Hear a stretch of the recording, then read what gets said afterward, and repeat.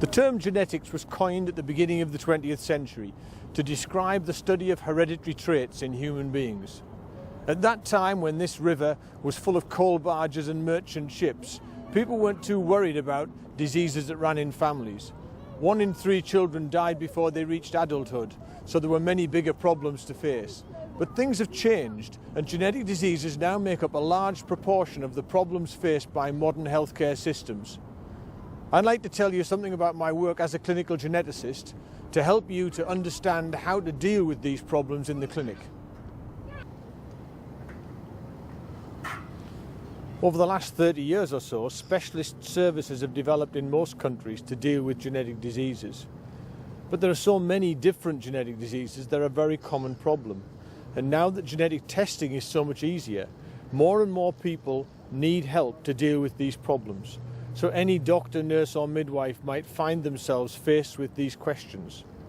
I'd like to give you an insight into how we deal with some of the questions that we meet in the genetic clinic to help you to deal with these problems when you face them.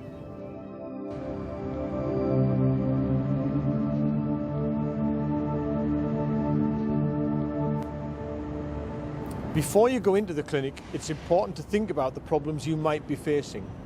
Online Mendelian Inheritance in Man, or MIM, the website, is a useful resource, and there are many like it, which can give you the information you need to be prepared for the questions you might face. When you get to the clinic, you will find that the problems fall into very common patterns, and the next few clips of DVD will take you through the scenarios that we frequently face. I've recorded these with 2 actors, Selina and Dominic, and we've tried to recreate some of the situations that you might meet in clinical practice.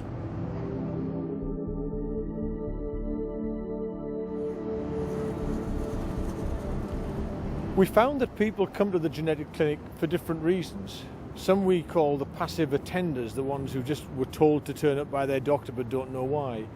The information gatherers, the ones who come in to find out all there is to know, but they have no particular reason to come to genetics. And then the agenda setters, the ones who have very definite genetic questions that they need an answer to. It's essential at the beginning of a consultation to work out why people have turned up and what their questions are.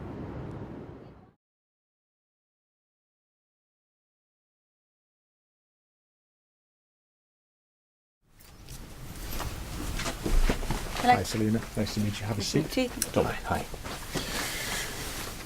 My name's John Byrne, I'm the consultant clinical geneticist, and I've been asked to have a chat with you. I'd like to first of all ask, why are you here? We're not really sure. We spoke to our doctor and he said that it was important for us to come in and see a specific person about genetics. Okay, and are you happy to be here? You didn't get sent? Slightly worried, but... We just want to know why, really. So. Okay, fine.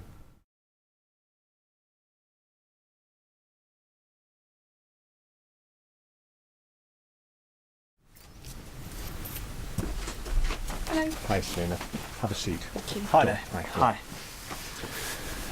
Hi, my name's John Byrne, I'm the consultant in clinical genetics, and I've been asked to see you. Can I ask, first of all, what brought you here? Was it your idea or somebody else's? We actually spent quite a lot of time on the internet recently, and we wanted to ask a few questions about that. We've been looking at lots of information we've seen. Okay, so you basically just want to know everything there is to know about the problem? Yeah. Okay.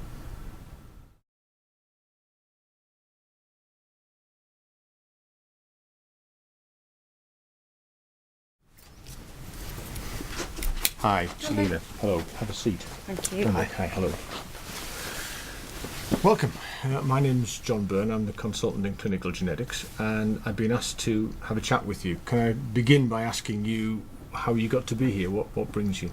Well, we've got a few specific questions to give you a bit of background. I'm 37 and I'd like to have a baby, but I'm very concerned about the potential risk of Down syndrome, so I wanted to ask you specific questions that relate to that particular. Okay. What we saw there were 3 different arrivals into a genetic clinic, and it's very important when you're doing genetic counselling to find out how people got there. Were they sent? Sometimes people get told to go because someone else thinks they shouldn't have children. So it's very important to know whether they're there voluntarily and what their agenda is. There are many thousands of genetic diseases and syndromes, and there's many people who turn up where we don't have a simple explanation. But the interesting thing is that the questions that we face are often remarkably similar.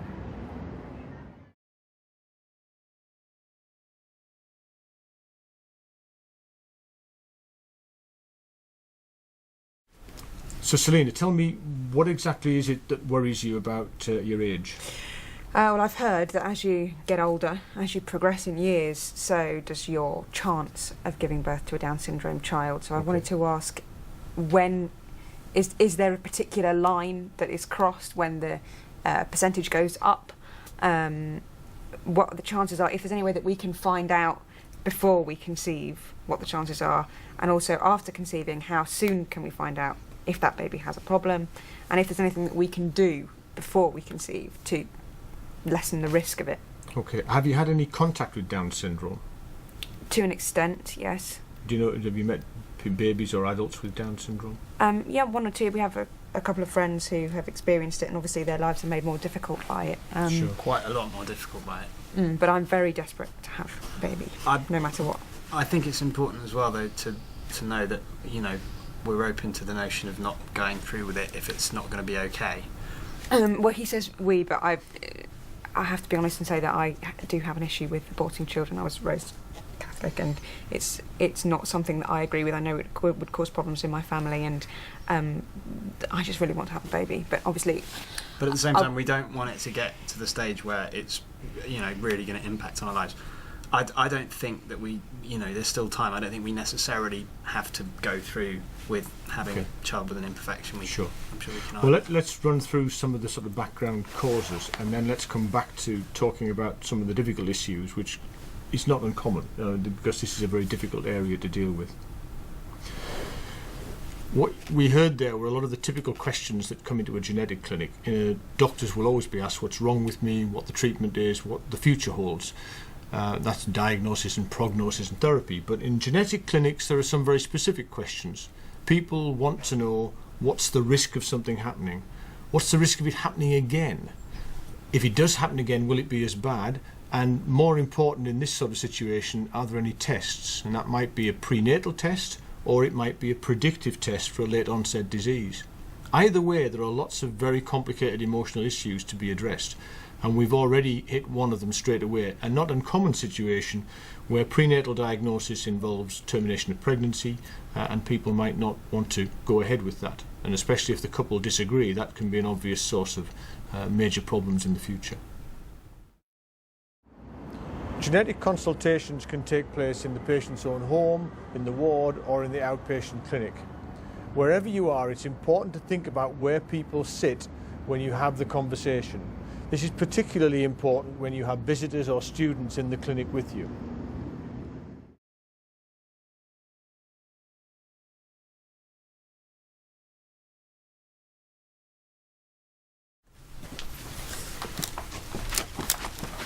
Selena, hi. Nice to meet you. Have a seat, Dominic. Hello. Hi, my name's John Byrne. I'm the consultant clinical geneticist. And can I first of all introduce my colleagues that you weren't expecting to meet? Anne-Marie Gerdes, who is Professor of Genetics in Denmark and is working with me in the clinic at the moment. And Sama is training as a genetic counsellor, and she's from Jordan, and she's helping us in the clinic as an assistant at the moment. Okay. Can I ask you what brought you to the clinic? Why are you here? When you meet someone in a genetic clinic, they're tense and they're anxious and they're not expected to see other people in the room, so it's very important that everyone's introduced from the outset. It's also important where those people sit. Sama and Anne-Marie are listening in on this consultation, but they're not delivering it. It's important that they're not facing the patients. It's equally important they're not sitting behind them, because that makes people feel very anxious. So the best place is to sit them at 90 degrees to the line of conversation. Then they can take part if they need to, but most of the time they'll sit back and stay out of the way.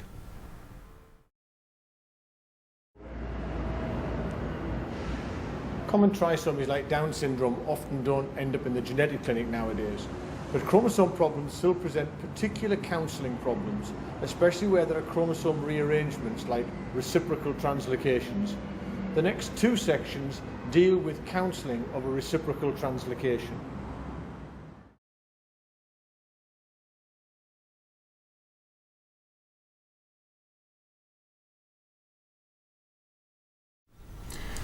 So, Selena and Dominic, can you tell me what you've been told so far and what brought you to see me today?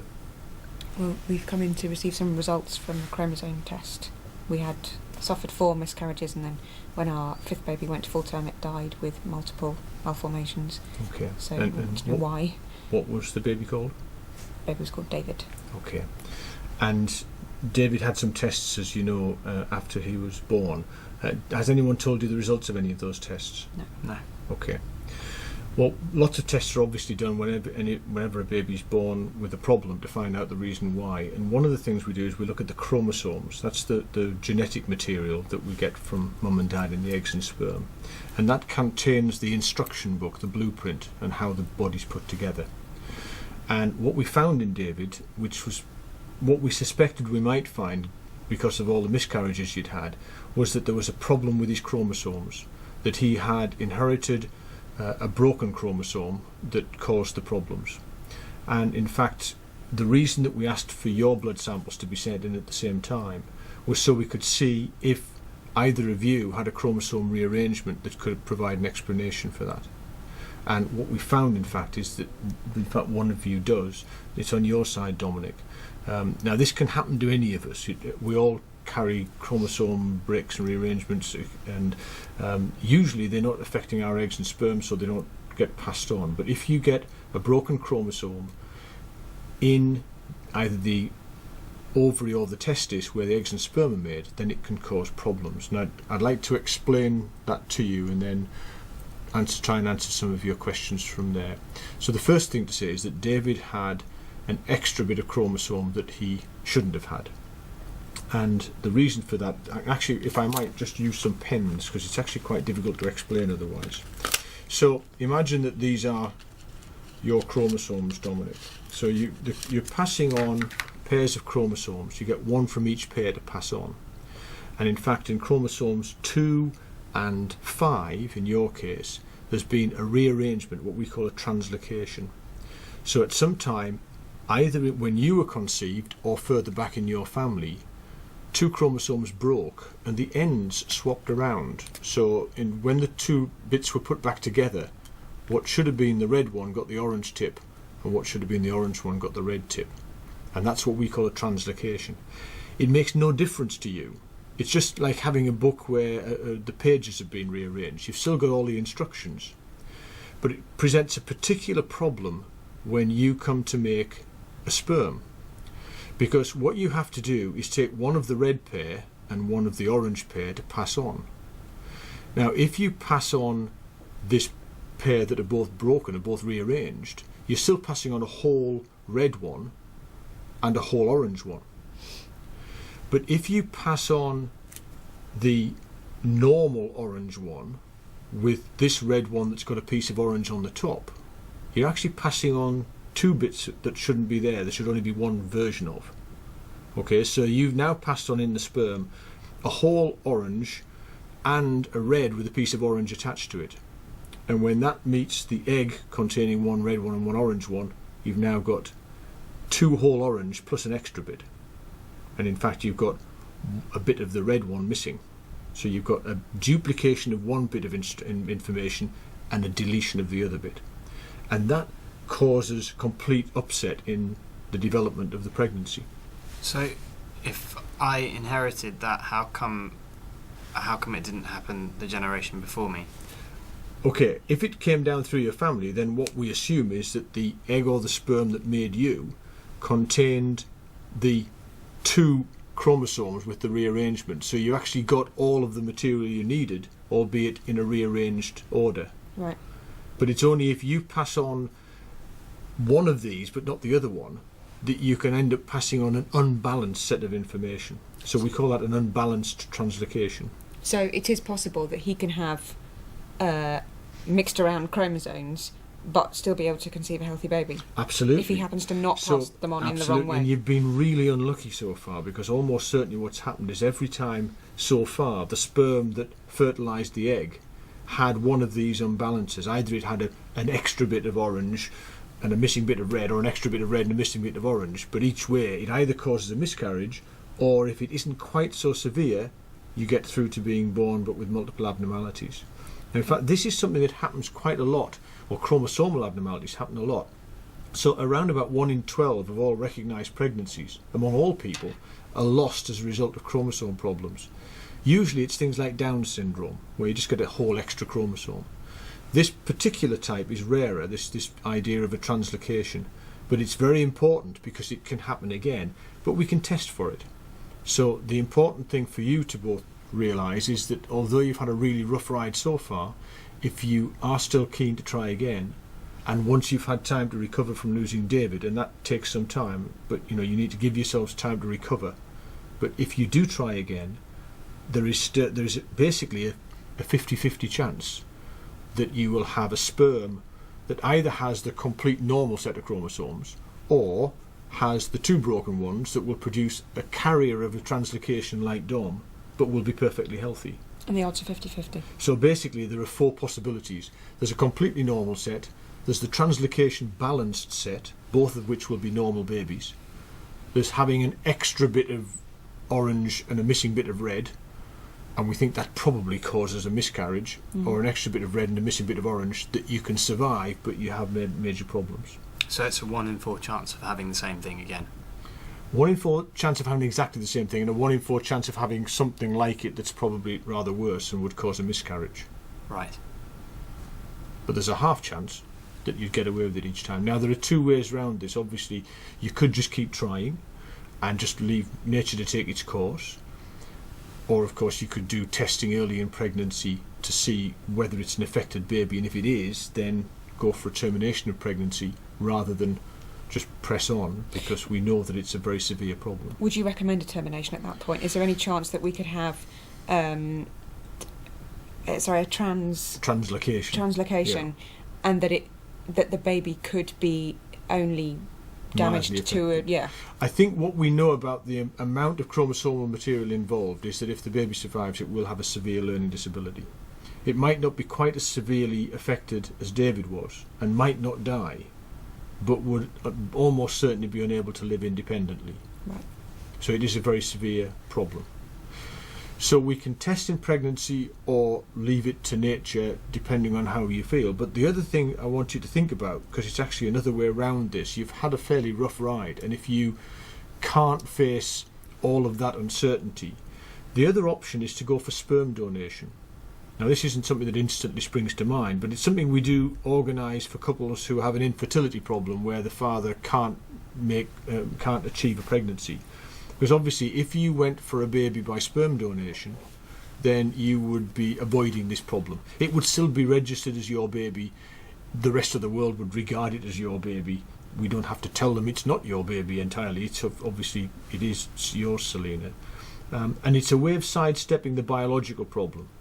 Now, not everyone goes for this. It's not an immediately attractive option for 2 reasons. First of all, from the dad's point of view, because basically, I always say that men only sort of do 2 things. They donate the sperm and then they phone to say how much the baby weighed. And if you take away the first part, then you haven't got much left of a contribution. So men don't naturally want to do this. But on the other hand, it does sidestep the problem. And at the moment, I guess, having a baby is what really is most important to you. The other thing that tends to put people off it is just the thought of doing it. It sounds unpleasant, and in fact it's a bit like having a cervical smear, and people who've had it done, they go to a gynecologist, and instead of having a smear, the sperm sample's put into the neck of the womb at the time you're ovulating. So it's a relatively straightforward procedure. I'm not trying to sell you it, I just want you to know about it, because it's important to have all of the options in front of you. Okay? I've given you a lot of information there. I'm going to write you a letter with a diagram to show you what I've just done. And I want you to take that away and think about it. And then I'd like, if we could, to meet again to talk about that. Okay. Thanks very much.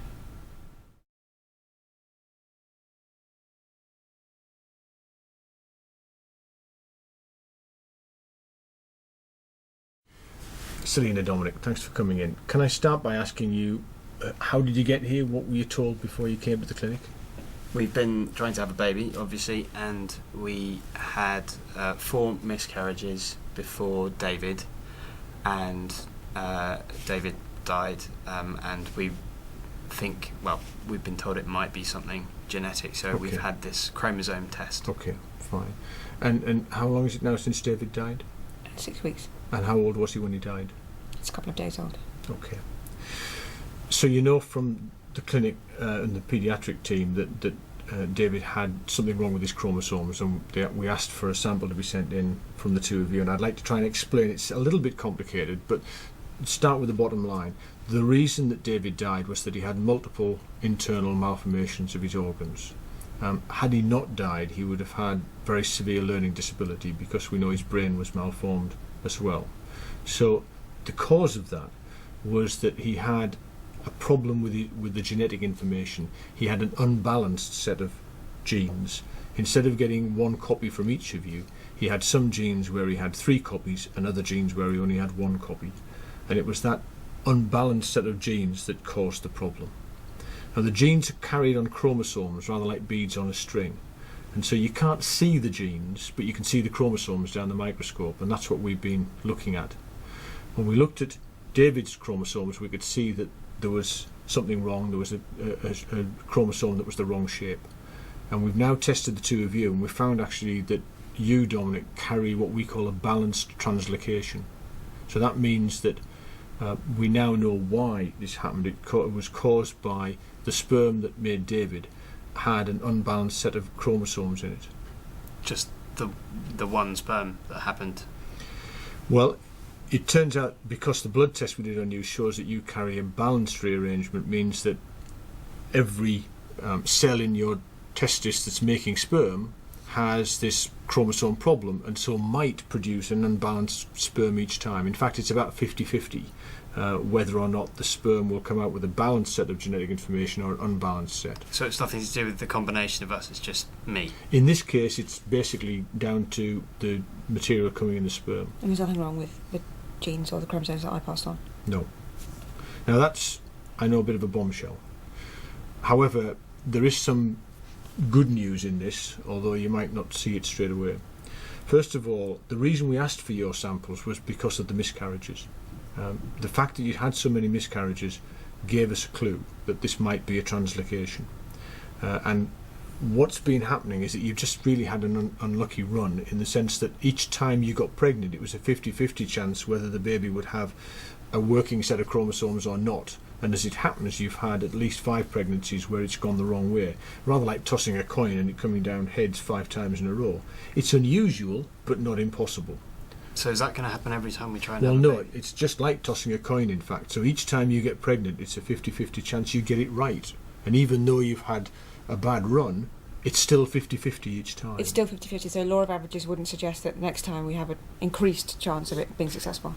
No, unfortunately, it's they say that chance has no memory. We So go it back doesn't to matter the how same many spot. times you toss a penny and it landed heads, it's still 50-50 next time you toss the coin. Right. Okay? So basically, the first thing to get straight is that we know why David had the problem, because of this translocation in Dominic.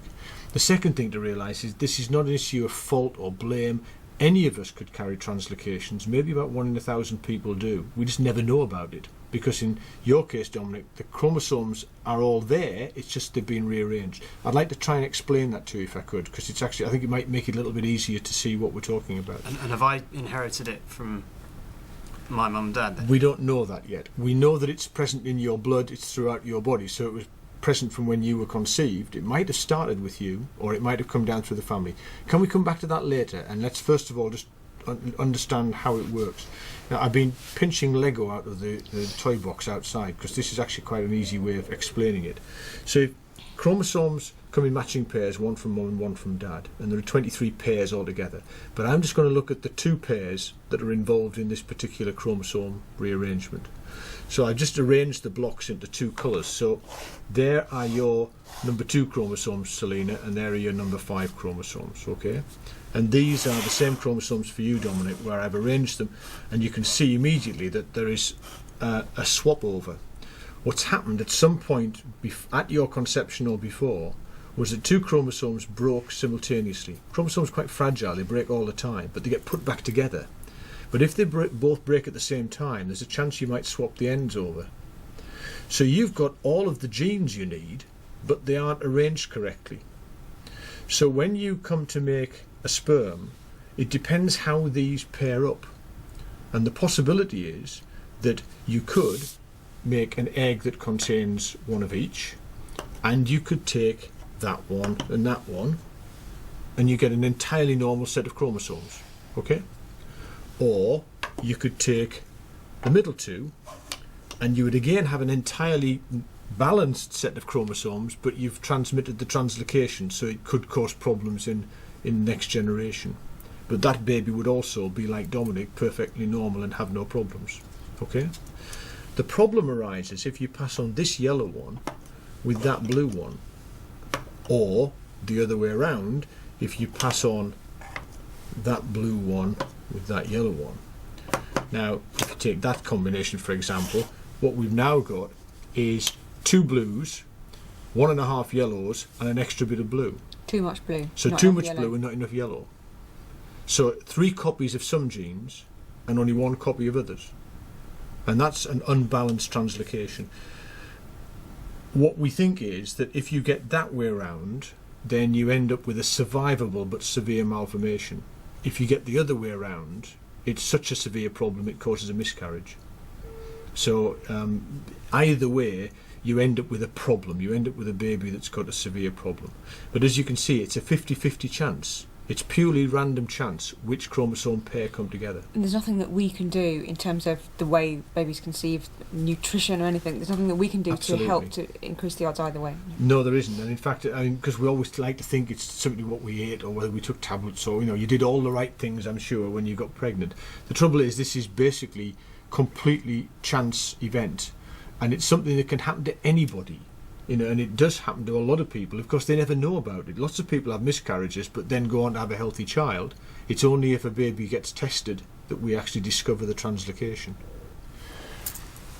Translocations are one of the more complicated things to explain. People will normally use a diagram. I don't like using diagrams because if I'm working with a diagram, I'm not looking at the people I'm talking to, so I can't see if they understand. I quite like using a pen top because that's something people can get their head round, but the Lego idea is actually also quite a useful way of explaining translocation. It's very visual, it's very easy to understand, and the Lego can be kept in the clinic and used for children to play with, so it's quite a useful aid to teaching people how translocations work. Discovering a translocation in a family makes it necessary to think about other family members to see whether the translocation has travelled through the family for several generations. Tracing those family members can present particular counselling problems.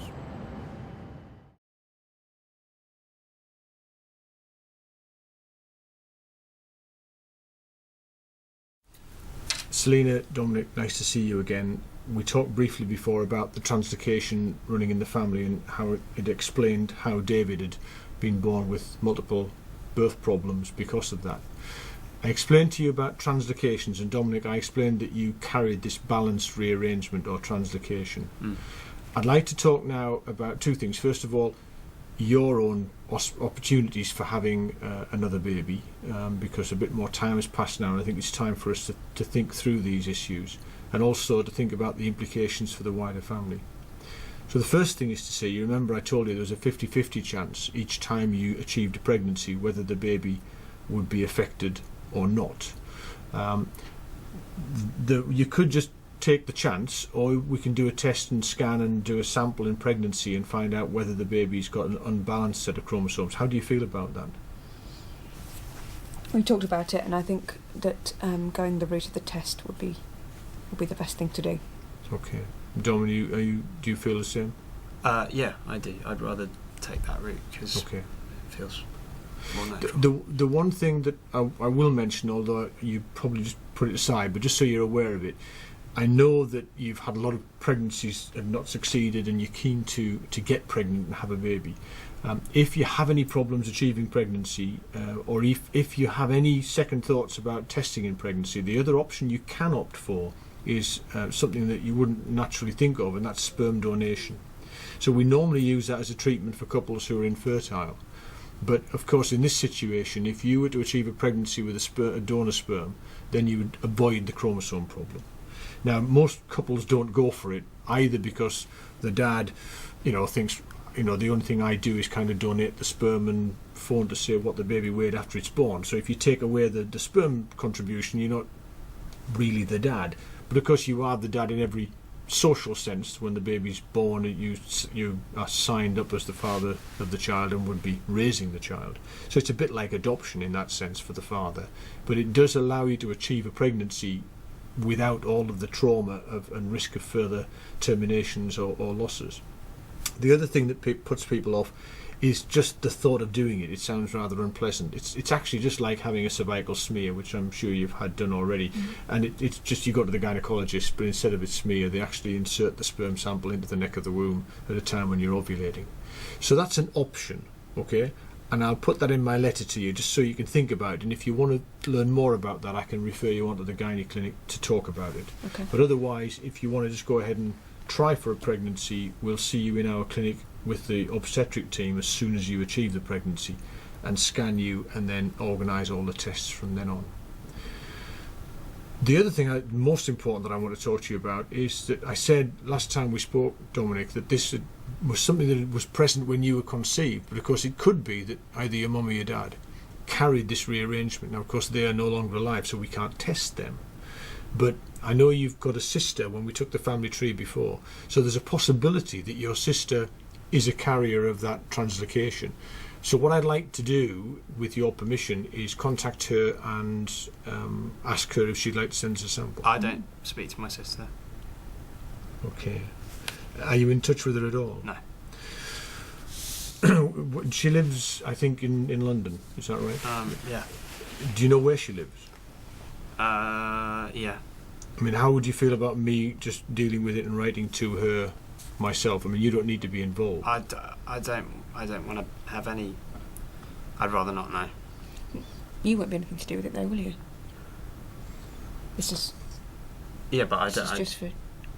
But this Better is all burn to confidential, isn't it? From our point of view, and I don't want to include her in it. She probably wouldn't even know you'd been involved there, would it?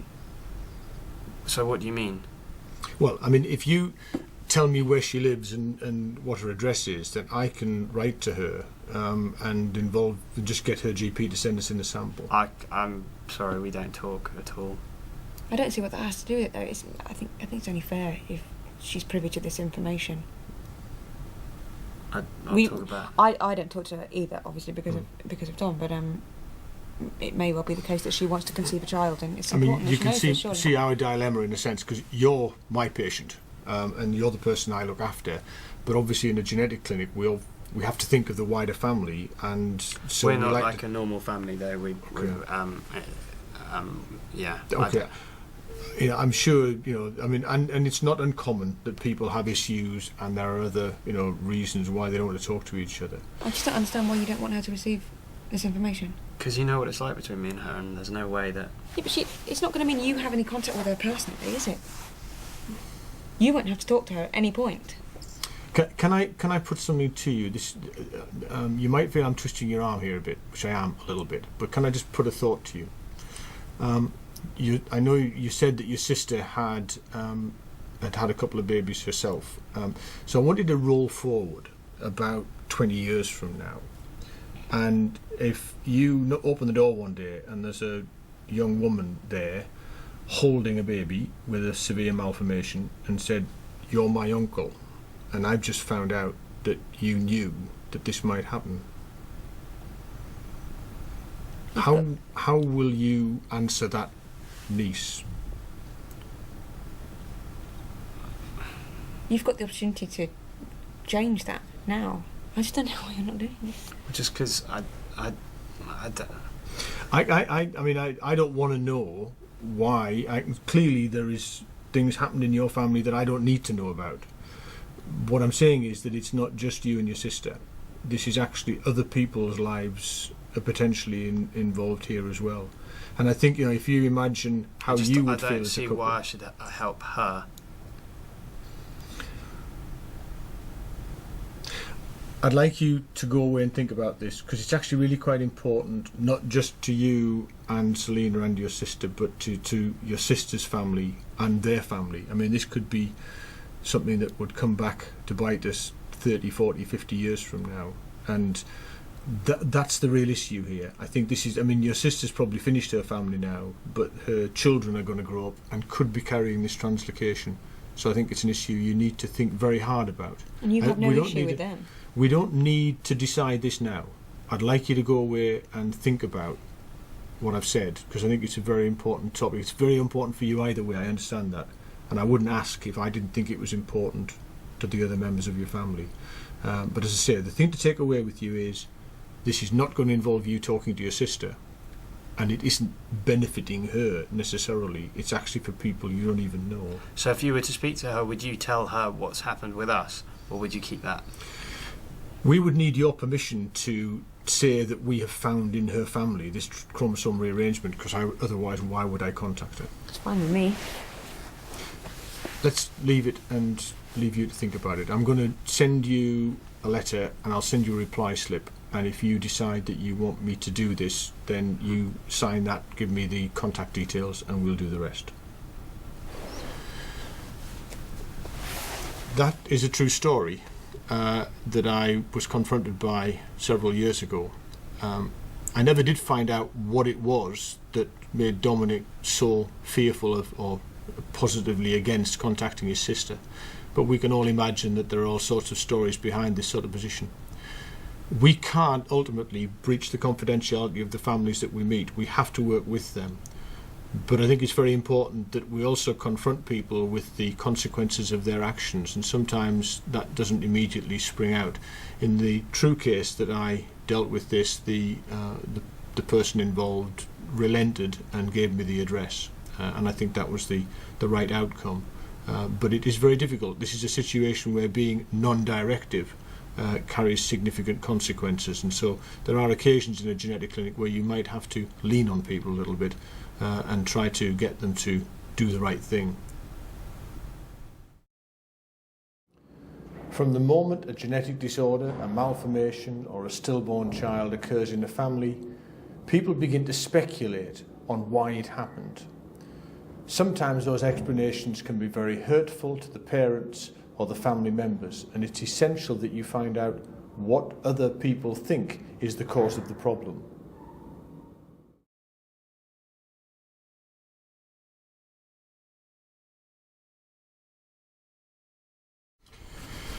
Selena, Dominic, thanks for coming in. It's a pleasure to see you. My name's John Byrne. I'm a consultant in genetics, and I know you had been asking some questions about the loss of your baby.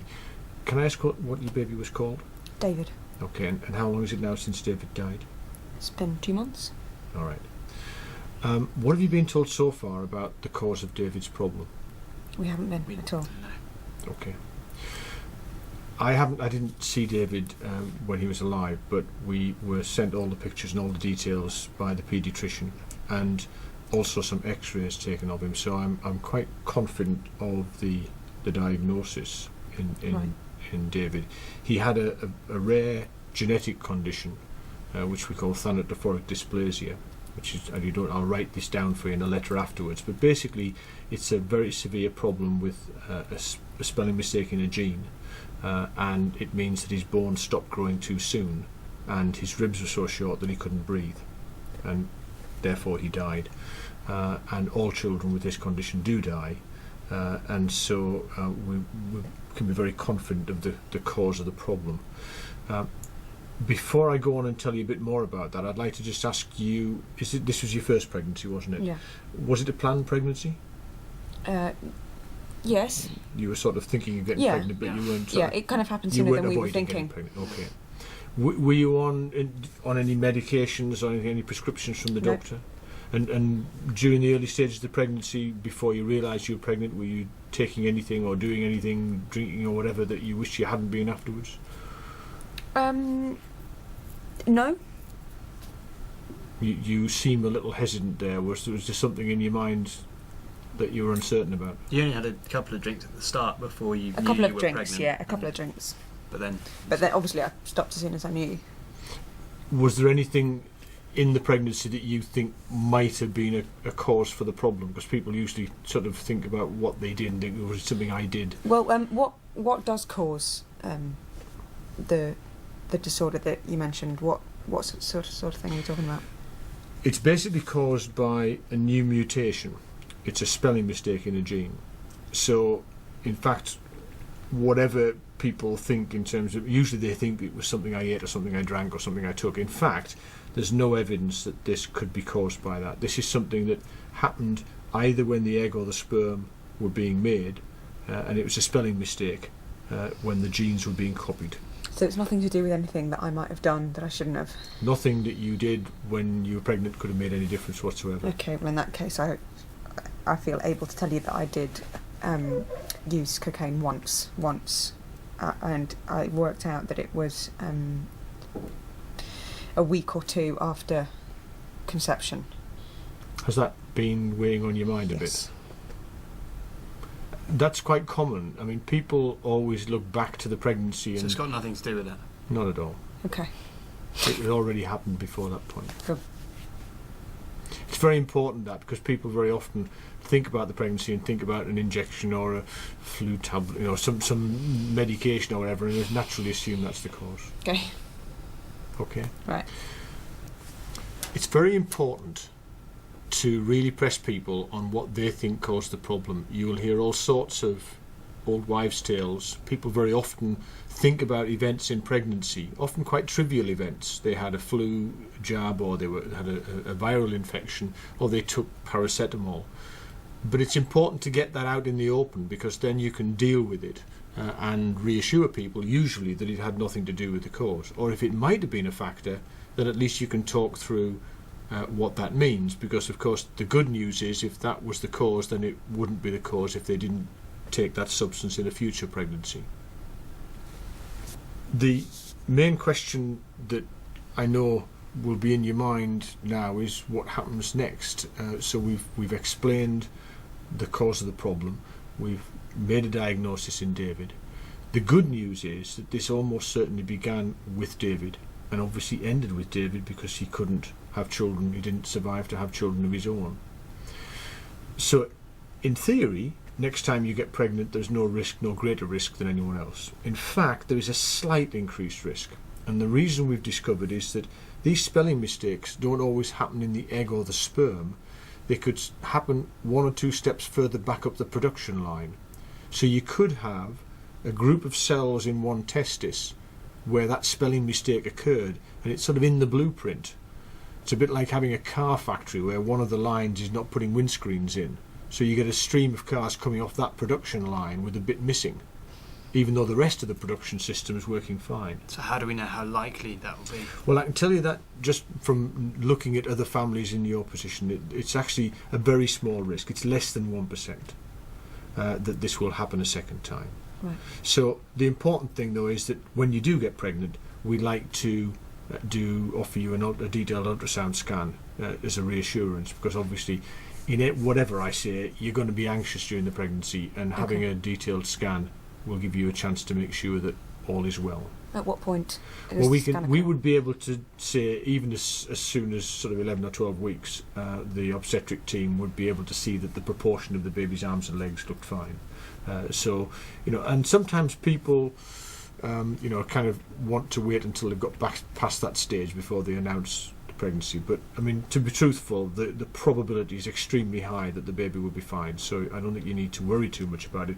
But it will give you that extra reassurance to see that the scan's giving a normal appearance. Okay. The classic pattern of inheritance is autosomal dominant, where a single faulty copy of the gene causes the problem. And Huntington's disease is often quoted as a typical example. The next two clips show a patient suffering from Huntington's disease to show what a devastating condition this is.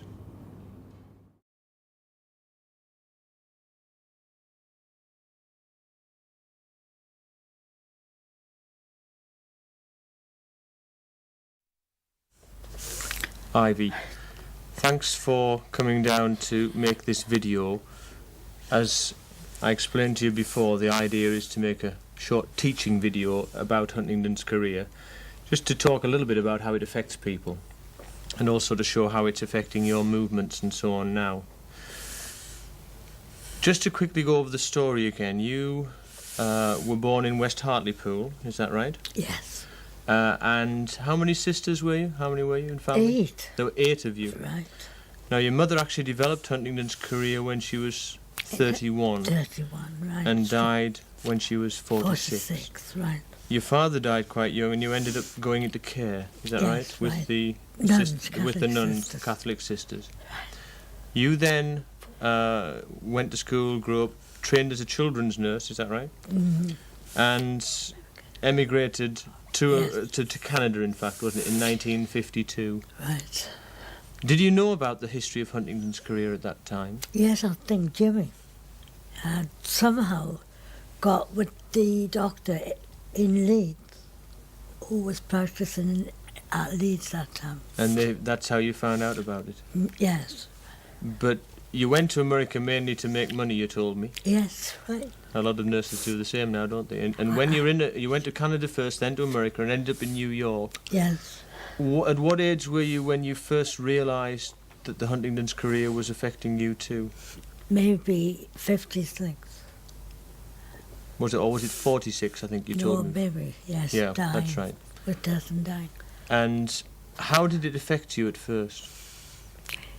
It was thinking about being on borrowed time. Yeah, it Living was on borrowed knowing what time. had happened to your mother. Right. Now you now are actually doing quite well, aren't you? You're now 60 years old. Yes, And you- apparently, yes. What brought you back to this country? I'm actually homesick. All right, so you come back to the northeast again. Now, you're back full circle. What I'd like to do is, we've been through all the examination in detail before, but can we just go through one or two of the things again that we talked about, okay? We'll start with just with your eye movements. Can you just look straight at me, look at my finger, follow it across that way, keep your head still, and follow your eyes. Follow with your eyes, that's good. And back that way.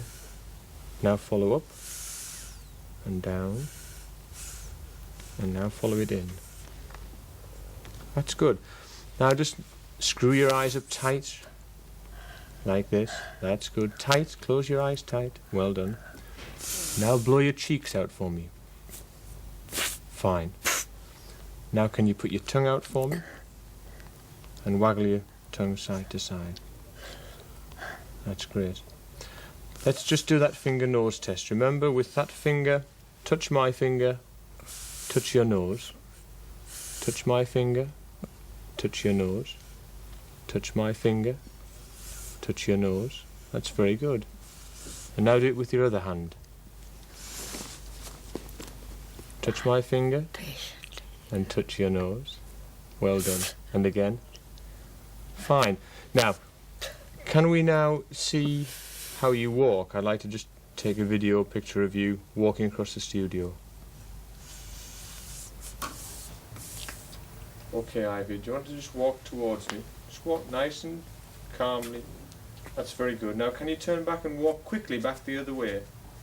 Walk as quickly as you can. That's very good. And once more back this way. That's very good. Well done. All right. Is that difficult? You don't have any problems with your walking? And just walk back once more. Motivated. It's just getting going, is it? It's a problem. All right. Well done. And once more back this way. Now try and walk on the line this time. That's good. Okay. Fine. Thanks very much indeed, Ivy.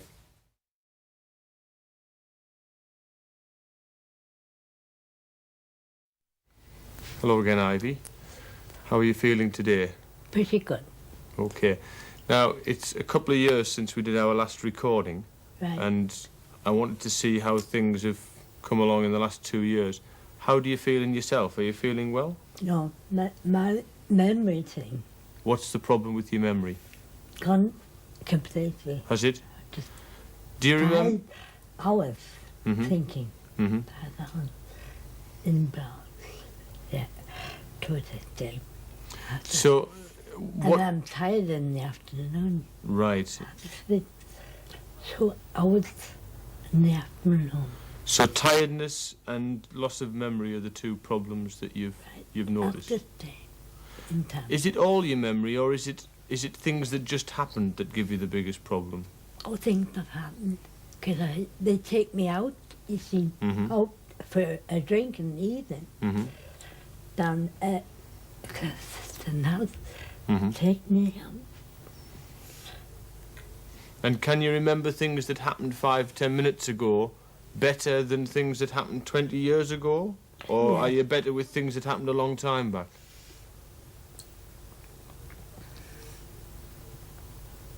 Can you remember back in the old days when you were working as a Same. nurse? That part. Hmm? That part I don't have. I don't remember good enough nursing. You don't remember very much about the nursing now? No, but it was. The thing in my life, you see, I was 21 Mm-hmm. years and Right. And how old were you when you started nursing? 19, You were 19. And where did you train in nursing? Edinburgh, In Edinburgh. Scotland. Did you like it there? Very good. Hmm. Nice town. Oh, it's a city, isn't it? Right. Okay. What I'd like to do now is just look at your eye movements a little bit, Ivy. Just look straight down that way into the light. Just lift your chin a little bit. Look at my finger. Now keep your head still. Keep your head still. Follow my finger with your eyes.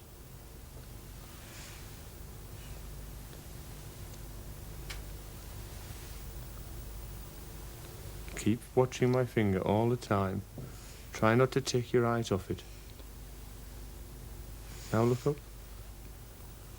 And look down. Look up. And down. Across the right. And across to the left. Now follow my finger as it comes in towards your nose.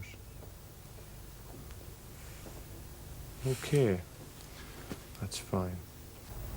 Okay, Ivy, could you walk straight across here towards me? Straight towards me here. That's fine. Okay. Now can you turn around and walk straight back again? As fast as you can.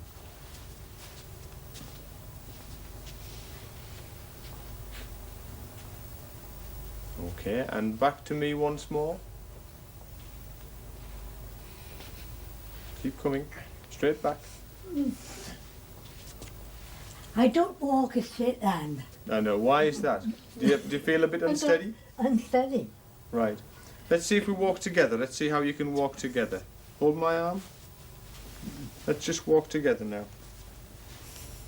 Do you find it easier if you've got someone to hold on to? Like that time, yes. Yes. Okay. And tell me about your diet. How much do you eat a lot? I eat porridge Mhm. in the morning, Do you feel hungry a lot? 7:30. Hmm?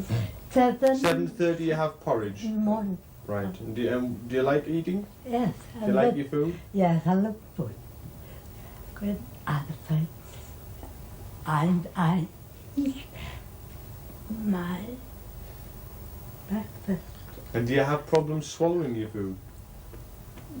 No, No problems with your swallowing? no problem at all. I just have a good appetite and good eating.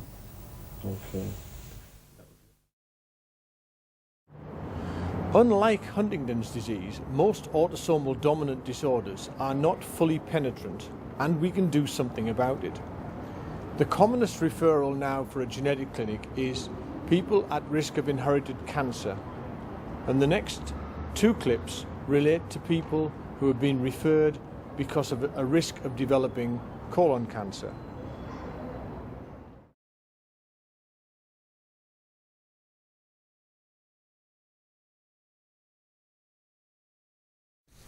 Selina, Dominic, it's nice to meet you. My name is John Byrne. I'm a consultant in clinical genetics. Can I start by asking you how you got here? Who sent you to the clinic? We've been referred here by starts off with the doctor, obviously, because I've had a problem with my colon, and it's obviously looking like it might be something genetic. I don't know anything about it. So they suggested you came along to see us. Okay. Well, that's absolutely true, because the colonoscopy that you had done found that the reason you were passing blood in your motion was that you had lots of polyps in the wall of the colon. These are like little lumps that grow on the wall, and they can bleed and cause the symptoms that you had.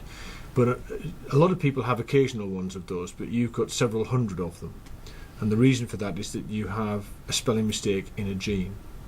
Now, I know from the family history sheet that you sent in that, in fact, you are adopted, so you know nothing about your family. Why do you know anything about why you were adopted? Not really. I know very little about it. Do you know if either of your parents died young? I know that my father died young, but I don't know anything more than that. The reason I'm asking that is that, and the reason that we're very keen to get you into the hospital, is because these polyps can become cancerous. And so very often, if people, the first time we find out about this is when people present at a very young age with a colon cancer. And obviously it's possible that your father actually had this condition, because it does run in families, which is obviously the reason that... How possible is it? Is that... Well, in a sense, it doesn't really matter enormously, because we can't easily track back to your family at this stage, because I know you were not from this area from the information you gave us, so it may be very difficult to get back to look into that. But we should try, because it's just possible that there are other family members further afield that we could contact. But I'm more interested at this stage in thinking about you and your own family. So this is what we call a dominant trait.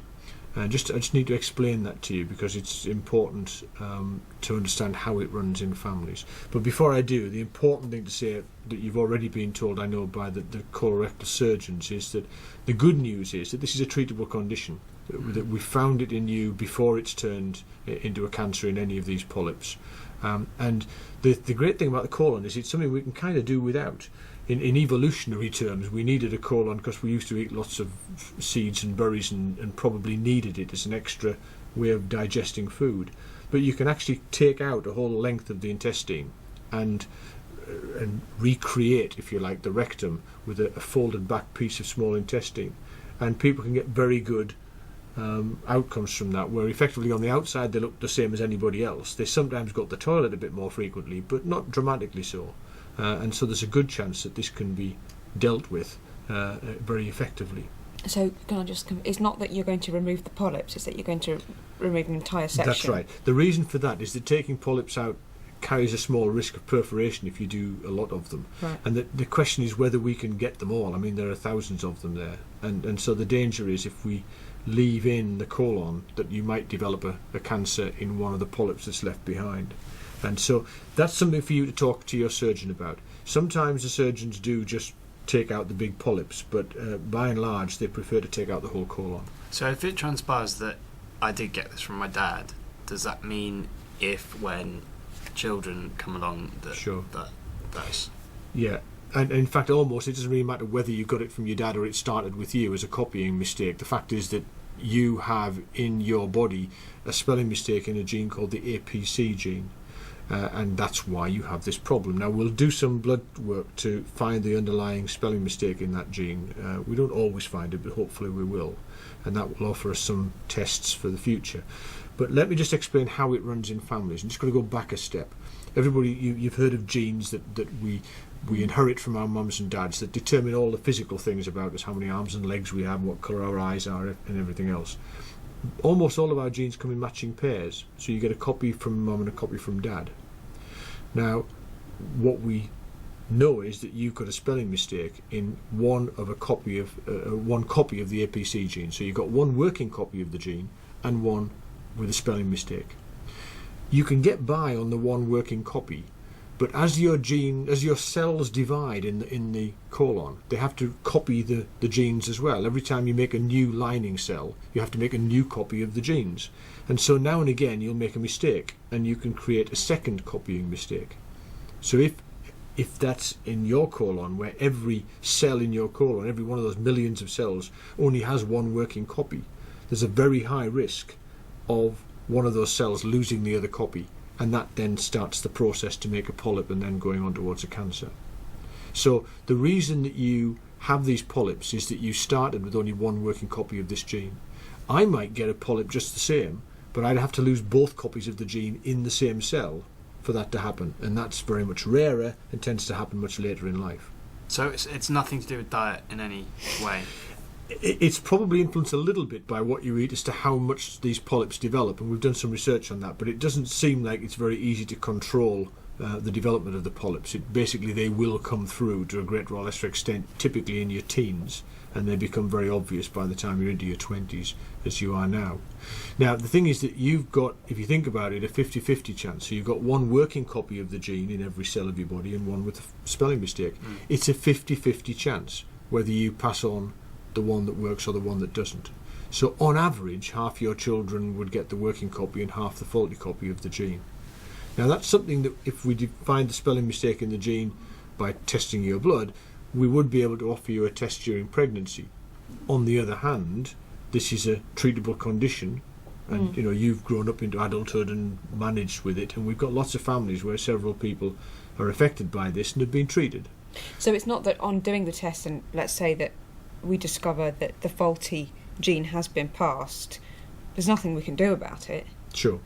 So Until you the might baby- just say, well, we'll take the chance, it's 50-50 chance, but we can check the baby after the baby's born. Essentially so that we can get a plan of action as soon as the baby's born to get the correct diet and the correct treatment. And ASAP. basically the truth is, we don't need to test the baby straight after birth, because in the first few years of life you treat the baby just the same, and there's lots of debate about whether we leave the testing until later, and I would go with you to some extent on that. It's, if we find a spelling mistake in the gene, we could test the baby to see if the baby's inherited that, so we know to be prepared for checkups being introduced when they reach their just before they reach their teens. But some people decide to wait until the baby's 9 or 10, then do the test, and then do the checkups if they need it. But that's something we can discuss down the line. But the important thing, you understand why this